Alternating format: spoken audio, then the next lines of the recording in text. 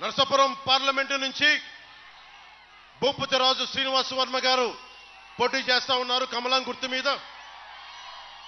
Janasena, TDP, BJP కూటమి లక్ష్యం సంక్షేమంతో పాటు అభివృద్ధి లక్ష్యంగా కూటమి పనిచేస్తుంది. ప్రతి చేతికి పని, ప్రతి చేనుకి నీరు జనసేన, టీడీపీ, బీజేపీ కూటమి యొక్క లక్ష్యం. ఎన్నికల్లో హామీ ఇచ్చిన ప్రతి కార్యక్రమం అమలయ్యే విధంగా చూసే బాధ్యత జనసేనది. దీనికి బాధ్యత మేము తీసుకుంటాం. ఈ హామీలన్నీ అమలయ్యే విధంగా చూసే బాధ్యత జనసేనది. ఇచ్చిన ప్రతి హామీకి జవాబుదారీగా ఉంటాం.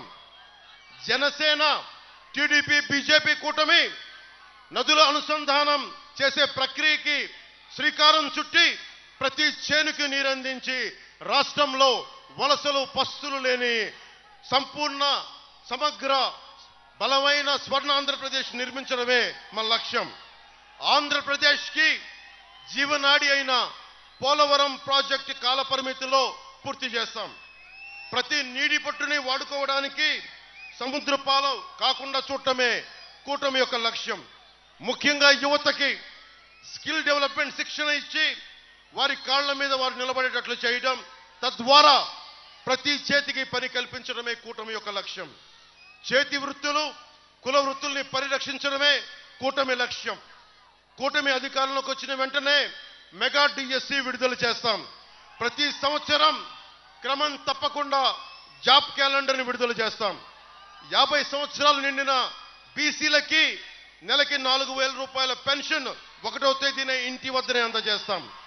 స్కూల్కి వెళ్లే ప్రతి విద్యార్థినికి 15,000 రూపాయలు ఎంతమంది పిల్లలు ఉంటే అంతమంది తల్లికి అందజేస్తాం. సంవత్సరానికి ఆడపడుచులకి, మహిళలకి 3 గ్యాస్ సిలిండర్లని ఉచితంగా అందజేస్తాం. ప్రతి రైతుకి సంవత్సరానికి 20,000 రూపాయలు ఆర్థిక సహాయం అందిస్తాం. ప్రతి మహిళకి నెలకి 1,500 రూపాయలు అందజేస్తాం. మహిళలకి ఉచితంగా బస్సు ప్రయాణం కల్పిస్తున్నాం. దానికి ఆటో సోదరులందరూ భయపడాల్సిన అవసరం లేదు.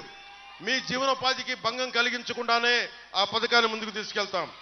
పేదల కడుపు నింపడానికి అన్న క్యాంటీన్లతో పాటు డొక్కా సీతమ్మ క్యాంటీన్లను కూడా ముందుకు తీసుకెళ్తాం.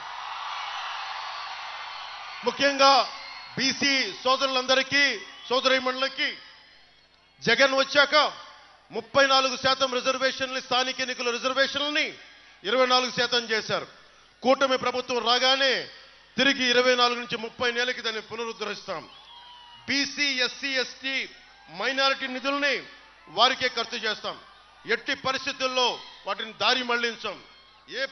ఏ ఉద్దేశంకి అయితే దాన్ని ఇవ్వబడింది ఆ నిధులు దానికోసమే ఖర్చు పెడతాం.